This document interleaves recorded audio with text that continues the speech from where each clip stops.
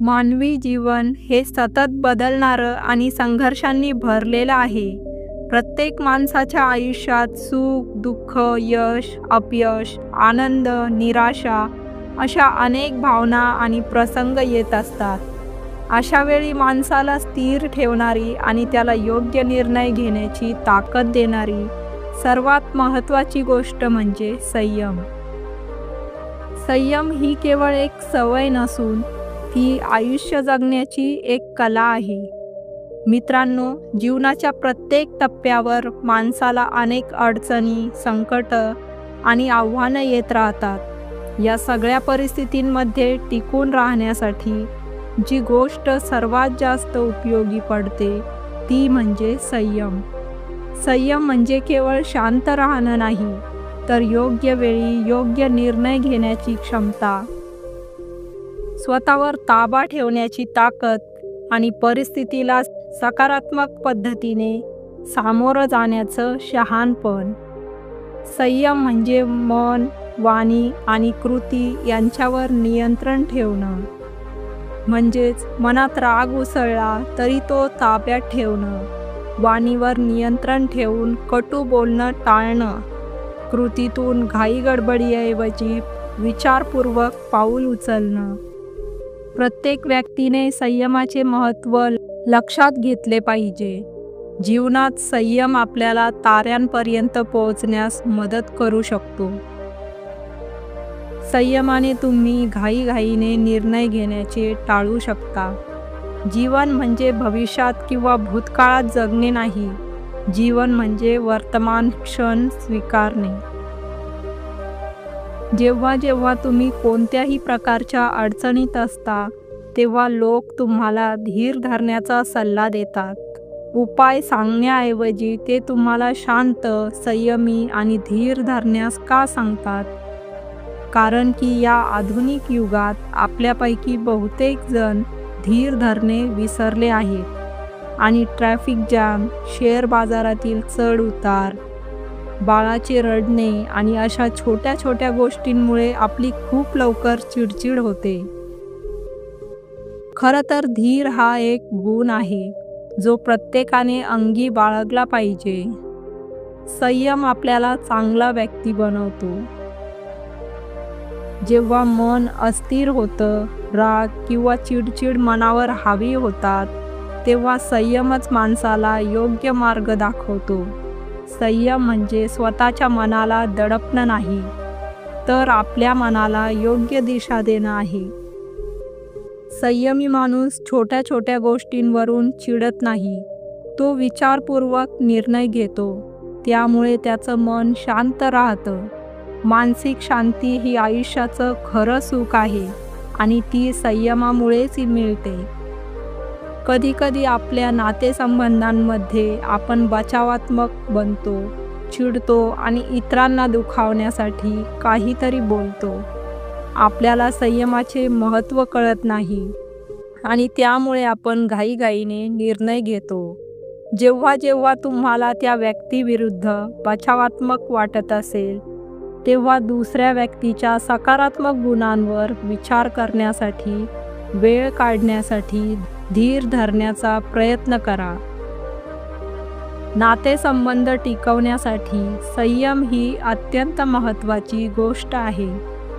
राग आला तरी गोड बोलणं, मतभेद झाले तरी समजूतदारपणा दाखवणं, चुका झाल्या तरी माफ करणं, हे सगळं संयमामुळे शक्य होतं. संयम असला तर नातं टिकतं, विश्वास वाढतो. जीवनात संकट टाळता येत नाहीत, पण संकटांशी सामना करताना संयम महत्त्वाचा ठरतो. घाईगडबडीत घेतलेले निर्णय अपयशी ठरतात. संयमाने घेतलेले निर्णय मात्र योग्य दिशादर्शक ठरतात. संयम माणसाला धैर्य आणि आत्मविश्वास देतो. शिक्षण, व्यवसाय, कला किंवा कोणतंही क्षेत्र असो, यश मिळवण्यासाठी दीर्घ प्रयत्न आवश्यक असतात. संयमाशिवाय प्रयत्न लवकर थांबतात. संयमामुळेच माणूस अडचणींना तोंड देत राहतो आणि अखेर तो यशस्वी होतो. संयमामुळे तणाव कमी होतो, मनावर नियंत्रण राहतं आणि त्यामुळे शारीरिक आरोग्य सुधारतं. चिडचिडेपणा, राग, चिंता या गोष्टींनी शरीराला हानी पोहोचते. संयम हा आरोग्याचा गुप्त मंत्र आहे. समाजात शांतता राखण्यासाठी संयम गरजेचा आहे. जर प्रत्येक माणूस रागाच्या भरात वागला तर वाद, भांडणं, हिंसा वाढेल. पण संयम असेल तर समाजात सौहार्द, ऐक्य टिकेल. संयम ही जीवनाची खरी संपत्ती आहे. संयमी माणूस हा अडचणींमध्येही स्थिर राहतो. त्याच्या जीवनातील संकटांनाही तो संधीमध्ये बदलतो आणि इतरांसाठी आदर्श ठरतो. आजच्या धावपळीच्या युगात जिथे प्रत्येक गोष्ट झटपट हवी असते, तिथे संयमाची गरज आपल्याला पूर्वीपेक्षा कितीतरी जास्त आहे. संयमच आपल्याला सुख, शांती, यशाकडे नेतो. संयम हा आयुष्याचा खरा आधार आहे. संयमाशिवाय माणूस रागीट, अस्थिर आणि अस्वस्थ राहतो. पण संयमी माणूस शांत, सुखी आणि यशस्वी होतो. म्हणूनच संयम हा प्रत्येकाच्या आयुष्यातील सर्वात मोठा अलंकार आहे.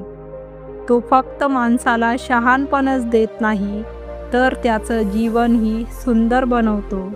जिथे संयम आहे तिथे शांती आहे आणि जिथे शांती आहे तिथेच खरा आनंद आहे. म्हणूनच मित्रांनो, आपण कितीही हुशार, श्रीमंत किंवा सामर्थ्यवान असलो तरी संयमाशिवाय आपले जीवन अपूर्ण आहे. मित्रांनो, आपण सगळे दररोज धावपळ करतो. यामुळे राग येतो, चिंता होते, भीती वाटते आणि आपण स्वतःलाच विचारतो, हे मन इतकं अस्थिर का? आज मी तुम्हाला एक कथा सांगणार आहे. ही कथा आहे एका शिष्याची. पण खरं सांगायचं तर ही कथा आपल्या सगळ्यांचीच आहे. चला तर मग सुरू करूया. एका प्राचीन आश्रमात अनेक शिष्य राहत होते. त्यात अनय नावाचा एक तरुण शिष्य होता. अनय हुशार होता, मेहनती होता, पण त्याचं मन जणू वाऱ्यावर उडणाऱ्या पानासारखं होतं. कोणी थोडं कौतुक केलं तर तो अहंकाराने भरून जाई. कोणी टोमणा मारला तर पूर्ण दिवस तो रुसून बसे. अभ्यासात चूक झाली तर तो खचून जाई. एकदा मित्राने त्याला विचारलं, काय रे, एवढा का रागावला आहेस? अनय म्हणाला, अरे गुरुजींनी आज मला ओरडलं. मित्र म्हणाला, पण तू खरंच चुकीचं काम केलं होतंस ना? अनय म्हणाला, हो, पण तरीही मन शांत राहत नाही. अनय गुरूंकडे गेला. त्याच्या डोळ्यात पाणी, चेहऱ्यावर उदासीनता होती. अनय गुरुजींना म्हणाला, गुरुजी, माझं मन काही माझ्या म्हणण्यानं चालत नाही. थोड्या थोड्या गोष्टींनी मी अस्थिर होतो. मला शांतता हवी आहे. कृपया मला उपाय सांगा. गुरु शांत होते. त्यांनी डोळे मिटले. क्षणभर ते काहीच बोलले नाही. मग म्हणाले, अनय, जर मन खरंच तुझं असेल तर तू त्याला थांबवू शकशील. पण तुला ते जमलेलं नाही, म्हणजे अजून मन तुझं झालेलं नाही. अनय थोडा गोंधळला. तो म्हणाला, गुरुजी, तुम्हीच म्हणता मन माझंच आहे आणि आत्ताच म्हणता मन माझं नाही. हे नेमकं काय आहे? गुरु हसले. ते म्हणाले, तुला एक प्रयोग करून बघायचा आहे का? गुरूंनी त्याला एक रिकामा मातीचा घडा दिला आणि म्हणाले, जा नदीवर जा, घड्यात पाणी भर आणि इथे आण, पण लक्षात ठेव, एक थेंबही सांडू नये. अनय खुश झाला. हे काही मोठं काम आहे का असे त्याला लगेच वाटले आणि तो लगेच नदीवर गेला. घडा पाण्याने भरला आणि परतीच्या वाटेला लागला. आता येताना रस्त्यामध्ये त्याच्या चेहऱ्यावर झाडांच्या फांद्या आपटल्या. पायाखाली दगड आला. पाय घसरला. काही मुलं खेळत होती. त्यांनी हसून ओरडलं, अरे अनय, एवढं काय घेऊन चाललायस? कोणीतरी मागून त्याला हाक मारली. अनयचं लक्ष विचलित झालं. तो विचार करू लागला, किती लोक आहेत हसणारे, टोमणे मारणारे, पण मी पाणी सांभाळू का यांना उत्तर देऊ? आणि त्याच दरम्यान पाणी हळूहळू सांडलं. अनय थकून परतला. घड्यातलं अर्ध पाणी रस्त्यातच सांडून गेलं होतं. हे बघून गुरुजी त्याला म्हणाले, हे बघ अनय, हेच तुझ्या मनाचं चित्र आहे. तुला पाणी सुरक्षित आणायचं होतं, पण बाहेरचं जग, काटे, मुलं, दगड यांनी तुला विचलित केलं. त्यामुळे पाणी टिकून राहिलं नाही. तसंच तुझं मन, कोणी कौतुक केलं, कोणी टोमणा मारला की ते विचलित होतं आणि तुझ्या शांतीचं पाणी सांडतं.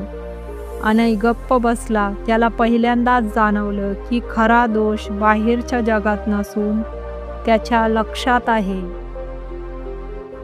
त्या दिवसापासून अनयचा प्रवास सुरू झाला. तो दररोज सूर्योदयाला नदीकिनारी बसायचा. डोळे मिटून श्वासावर लक्ष केंद्रित करायचा. विचार आले तरी तो त्यांना नाकारत नसे, फक्त निरीक्षण करायचा. राग आला की स्वतःला म्हणायचा, हा फक्त विचार आहे, मी नाही. हळूहळू त्याचं मन स्थिर होऊ लागलं. एकदा गुरूंनी त्याला सांगितलं, अनय, हे जग वादळासारखं आहे. वारा सुटेल, झाडं हलतील, पानं उडतील, पण जर तुझ्या अंतर्मनातला दिवा मजबूत असेल तर कितीही वादळ आलं तरी तुझ्या अंतर्मनातला प्रकाश विझणार नाही. अनयने ती उपमा मनात कोरून ठेवली. काही महिन्यांनी गुरूंनी अनयला पुन्हा घडा दिला. जा, पुन्हा पाणी घेऊन ये आणि यावेळी लक्ष स्थिर ठेव, असे गुरूंनी त्याला सांगितले. अनय निघाला. यावेळीही काटे, मुलं, दगड सगळं होतं, पण अनय फक्त पाण्यावर लक्ष ठेवून चालला. ना मुलांना उत्तर दिलं, ना अडथळ्यांना महत्त्व दिलं. तो शांतपणे आला. घडा पूर्ण भरलेला होता. गुरु आनंदाने म्हणाले, हे साधना आहे अनय. बाहेरचं जग थांबणार नाही, पण जर तू लक्ष सांभाळलंस तर घड्यातलं पाणीही टिकेल आणि तुझ्या आयुष्याची शांतीही. त्या दिवसानंतर अनय बदलला. कोणी कौतुक केलं तरी तो नम्र राहायचा. कोणी रागावलं तरी तो शांत बसायचा. अपयश आलं तरी तो पुन्हा प्रयत्न करायचा. तो आता मनाचा स्वामी झाला होता. मित्रांनो, ही कथा आपल्याला सांगते की जग बदलणार नाही. टोमणे, कौतुक, अडथळे, संकट हे सगळं येतच राहणार, पण आपण जर मनाचं पाणी सांभाळलं, आपलं लक्ष स्थिर ठेवलं, तर आपल्या जीवनातली शांती कुणीही हिरावून घेऊ शकणार नाही. म्हणूनच मित्रांनो, आपल्या प्रत्येकाच्या हातात एक अदृश्य घडा आहे. प्रश्न इतकाच आहे, आपण त्यातलं पाणी सांभाळतो आहोत का? मित्रांनो, संयम म्हणजे फक्त राग आवरणं नाही, तर विचार, भावना आणि कृती यांचं संतुलन राखणं. संयम कसा करावा हा प्रश्न खरं तर प्रत्येकाच्या आयुष्यातील सर्वात मोठा प्रश्न आहे. मित्रांनो, उपाय वेगवेगळे आहेत, पण ते सवयींमध्ये आणले की मन हळूहळू स्थिर होतं. पहिला उपाय, श्वासावर नियंत्रण ठेवा.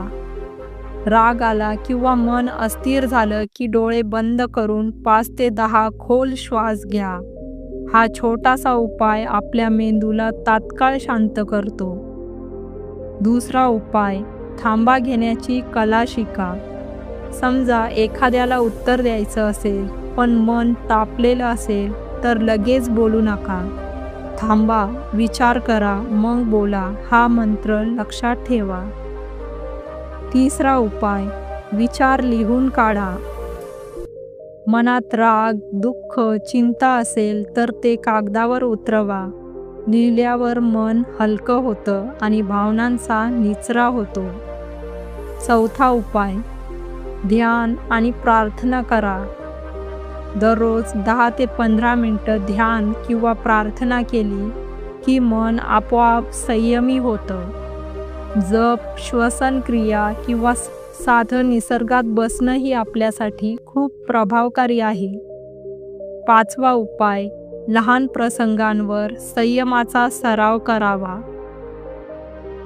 मोठ्या संकटात संयम साधणं अवघड जातं, म्हणून छोट्या गोष्टींपासून सुरुवात करा.